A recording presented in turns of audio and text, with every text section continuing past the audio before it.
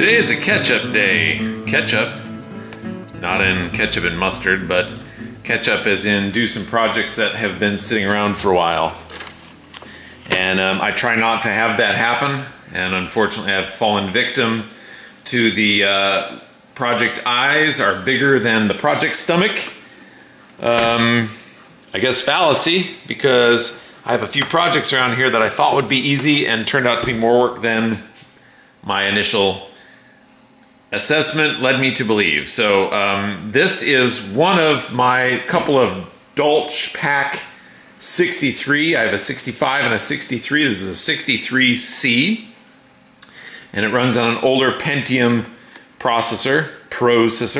And this has the Cherry MX switch, the original Cherry keyboard, Cherry switch keyboard. I grew up near where Cherry started. And I don't know if they have any manufacturing in Waukegan, Illinois any longer, but I certainly grew up in that area. Worked with a couple of people who were engineers and technicians at Cherry.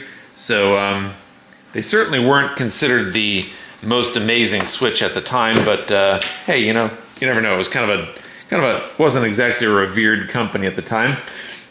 And I don't know if they got their start from Williams pinball switches, but I wouldn't be surprised if that's where they got their start. If you know, if you've looked it up and you have some history on Cherry electrical products, that would be certainly a cool thing to post in the comments. So this is a Dolch Pack.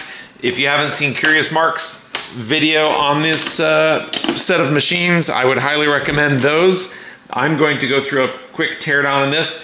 This one in particular needs to be fully torn down because it needs a, it has a Dallas Semiconductor DS, I don't know what, real-time clock with a internal lithium-ion battery, and you have two options generally. Well, you have three. One is don't do anything, and then in that case your CMOS RAM will be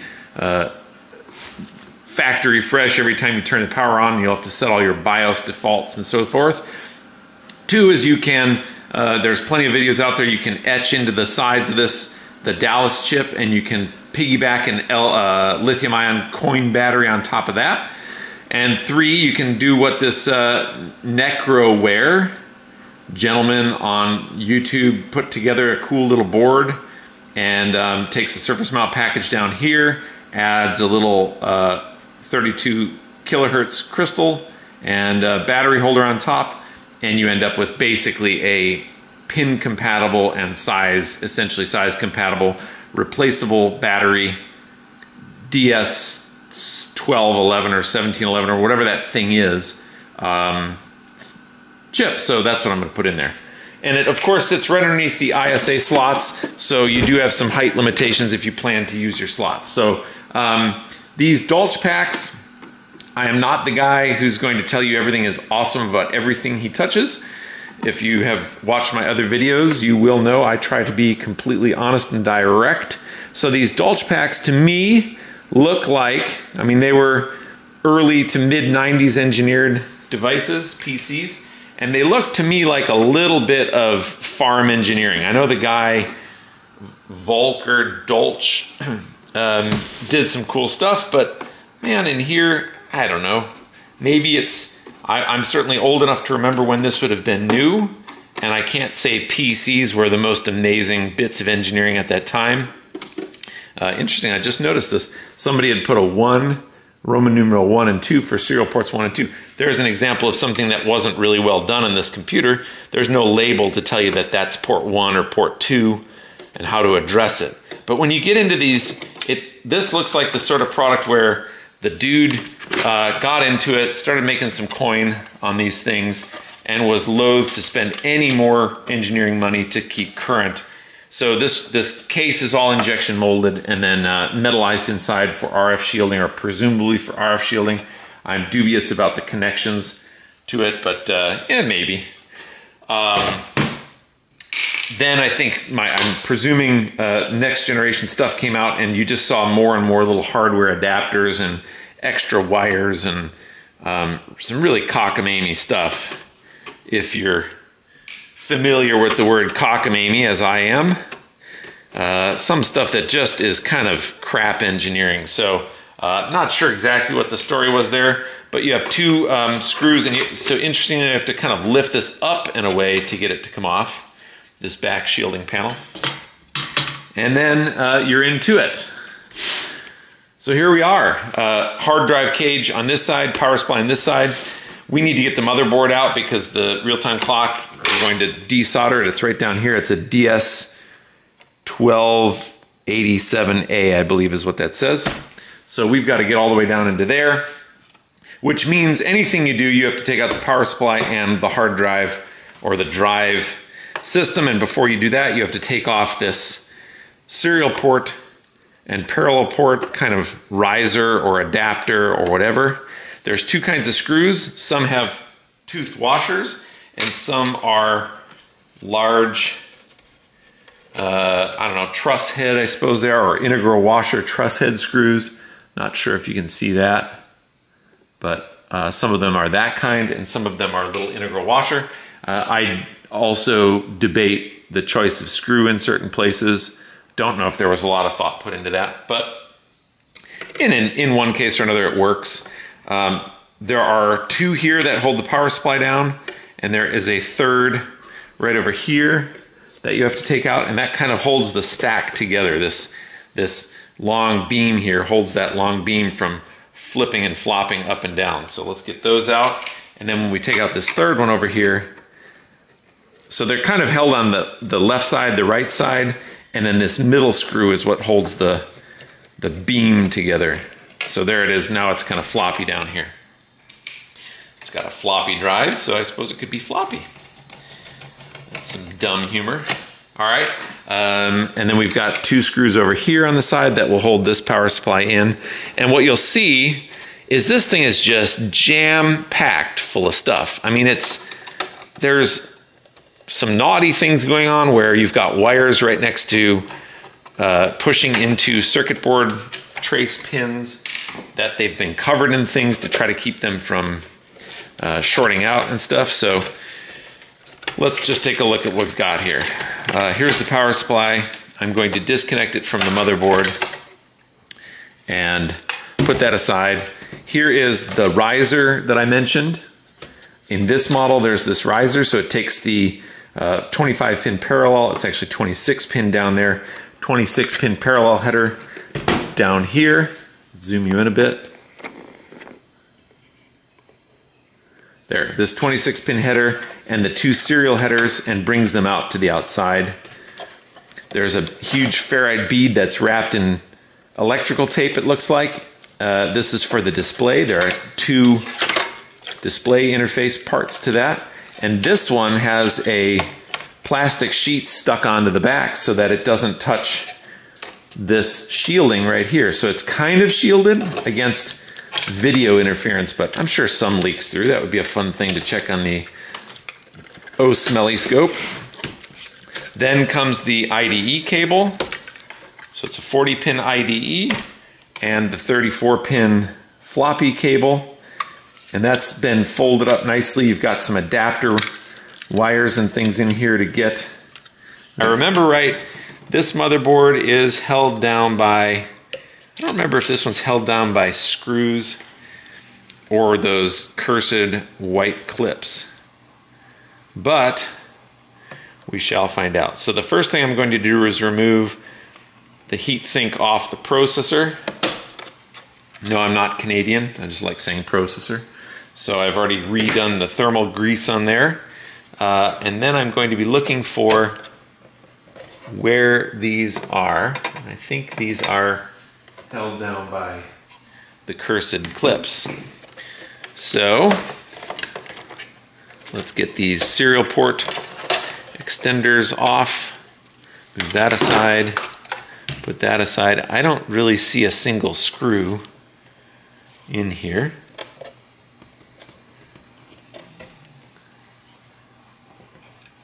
So probably the smartest thing to do would be to get the appropriate pair of pliers. All right, so now we have some pliers that we can squeeze these plastic nylon side tabs, which were made to, well, I mean, they do make installation easy, I know one of the companies that sold these quite a lot was called Richco, and I know they've rebranded. I don't know what they're called anymore. Essentra Components or something like that, but Richco was a big, we bought a lot of Richco stuff over the years. For our own stuff, they made a lot of very nice circuit type assembly hardware, slide boards on with and all that sort of thing. So they're not bad, but I gotta say, I find that, especially if you don't use the right tool for the job, which, you know, a lot of us don't, probably like I'm about to do right here on this. I think there's actually one nut, and it's a PEM nut, and that's probably worth zooming in on.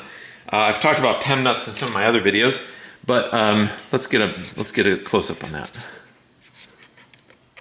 So right in the center of your frame, that's a PEM nut, and I know it's a PEM nut because it has the dot down the center, and that's their trademark. It has the single dimple. So all these PEM nuts have different. Every PEM nut has a different little symbol to show that it's a PEM trademarked part. These are also PEM nuts right here, and on the other side will be their dimple, and if we get to that, we'll definitely take a look. They get pressed into sheet metal. They're kind of fascinating. Now, I'm old enough to have become a right tool for the job sort of guy, and if you're not old enough to be that, you probably will at some point when you figure out that the time saved not going to get the right tool is oftentimes wasted doing the repair for the thing that you destroyed while you weren't using the right tool. So, I mean, part of that is, truthfully, part of that is that you don't have the right tool when you're younger. You don't have access to all those tools. I mean, I would recommend for anybody who likes to touch physical things and work with them, boy, I would absolutely recommend getting the right tools wherever possible. And I know it's an old trope, but buy it once and cry once. If you can wait till you can afford something pretty good, try not to get the thing just for now. All right, so there's a, look at that, there's a DIN keyboard connector here. Boy, I'm surprised there isn't a standard header for the keyboard. I see a mouse header, but there's a DIN. See, this is what I was talking about. So that's off camera here. Let's pull you forward. There's a larger DIN keyboard connector that's just soldered on. It's got some heat shrink on the back of the pins, but run through a ferrite core and then pressed into this keyboard connector. And I'm surprised on this motherboard, I do see a PS2 mouse port here. I'm a little surprised that there isn't also a keyboard port, and I wouldn't be also surprised if that's a combo mouse keyboard port. PS2 mouse over there, PS2 mouse over here. So the fact that they used a 5-pin DIN here when they could have used a 10-pin header and gotten down to there, I mean, I think it's kind of dumb, really. I think it's kind of dumb. I mean, this is a harder connector to solder up, and it's more likely to get screwed up. I don't know. I just think it's kind of dumb. But so is touching your finger to the heatsink grease. But here is our Dallas 12887A real-time clock module, and this thing's dead. And then here is the replacement from, as I said, Noctura, which I should be linking down into the video description. So what I'll do is go desolder the old and put in the new and be right back. So here we are out with the old, the Dallas DS12887A. And as I mentioned, there is a coin cell up on top of this. You can see it's a dip package. Again, there's lots of videos out there on this. But it's a dip package clock chip, real-time clock chip with a lithium battery on top here, and it had a finite life. This one, the date code looks like it was from maybe 86. Nope, probably not. 9635, so 1996, week 35. So who knows how long it lasted. But now there is this Noctura NWX287 that has a Renata CR1225 smaller lithium battery in it, but it should last quite a while. And when its time is up, pop out this battery and put a new one in. So this should give this a nice long life. I've debated changing this keyboard connector out of curiosity, but I'm not going to do that. So really the next job is to reverse all the things I just did and put this bad boy back together. All right, so at this point I've got a COM1 and COM2 and the parallel port extenders in.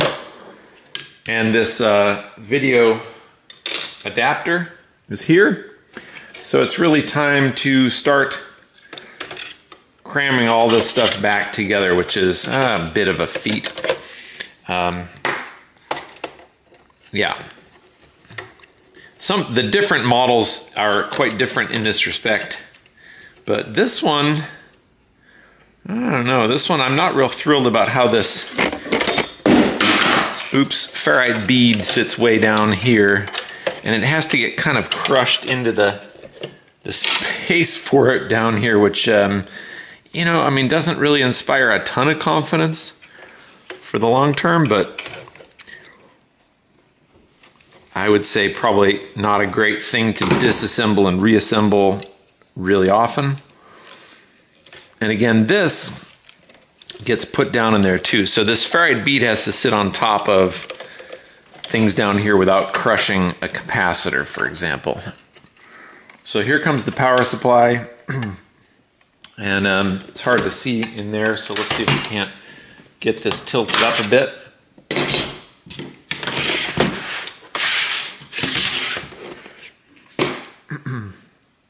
So we're plugging in the two power supply connectors down here, and they are keyed. So theoretically they can only go in one way, and that would be the right way. Or so we hope.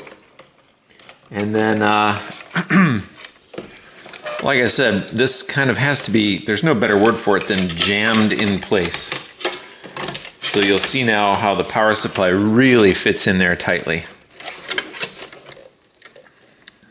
So that's pretty much where it belongs. There are some fans over here that get powered up. And you know, you could certainly do some different stuff if you wanted to put variable speed fans. One of mine I've put Noctura, is that the name? Something like that. Noctura fans in there. Now, have I gotten over the IDE connectors already? I may have. I may have to take this out carefully because I believe that's the floppy and there's the IDE. Yes, I have gotten over the IDE connectors already, so I have to back up just a bit. Yeah, I don't know how this would have been a fun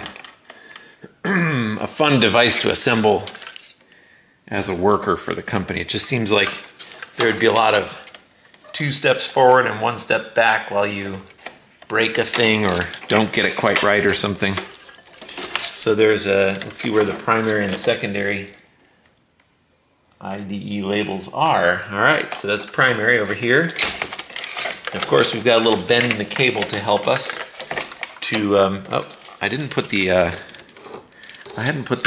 connector back in up here in the hard drive, so I'd better do that. And it's not very tight in there either, which is a bit nerve-wracking because, you know, if you push or pull too hard, then you pop that out, and then, well, you're wondering why it won't detect the hard drive on boot.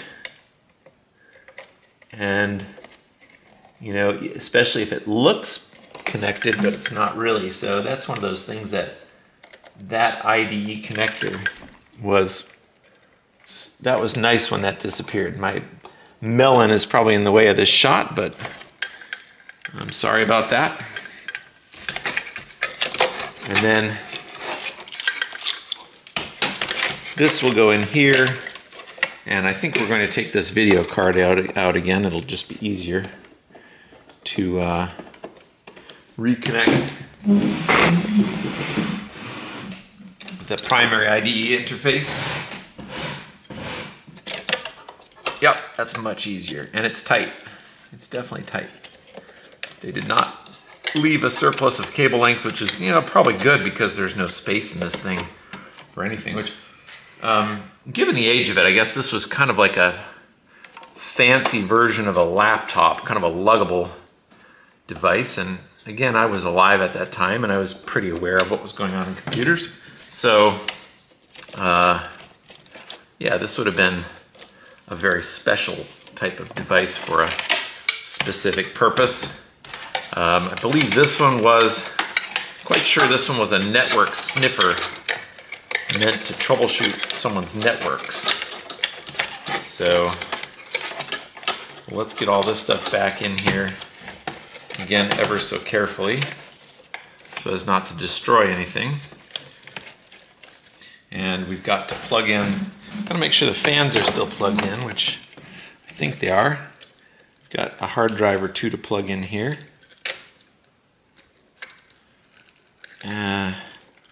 In these Molex connectors, these old style Molex connectors. And again, there's plenty of extra wiring in here that, you know, all gets kind of unceremoniously tucked away. Yeah, not really the most beautiful of situations, but I guess you could argue that form follows function on this. And really, I guess you could ultimately argue that they sold them and they're still around today. So for all my complaining about the engineering in this, they were successful enough. And as I've mentioned a few times, the Curious Marc page on this shows Mr. Dolch on a yacht, on some sort of a motor yacht with his female companion. So he did well enough to afford a motor yacht, I guess. So you can argue about whether something's good or bad, but to some degree, the end does justify the means. Good or bad is a hard argument to make, really. So now I'm getting in that side screw. Another one could argue is it smart to put this all together, or should you do a little power up test and see that your real-time clock battery works? I'm gonna do the high confidence side of things here and at least get some basics put together so it's not falling all over the place and breaking because something fell onto something else. That would be another bit of experience talking, by the way. So, 2 more screws over here on the side for the power supply. Somewhere in there. Get over here. Oh, that's quite a bit of push on there to get that down. I'm sure I'm crushing all sorts of seemingly important gear under there. 13-year-old humor says underwear. All right, so that is now somewhat reassembled. And we could do a little power on test. So let's see what we've got. Well, you will see it live together. Let's see what happens. I've got some power applied, set it all up. Power light went on.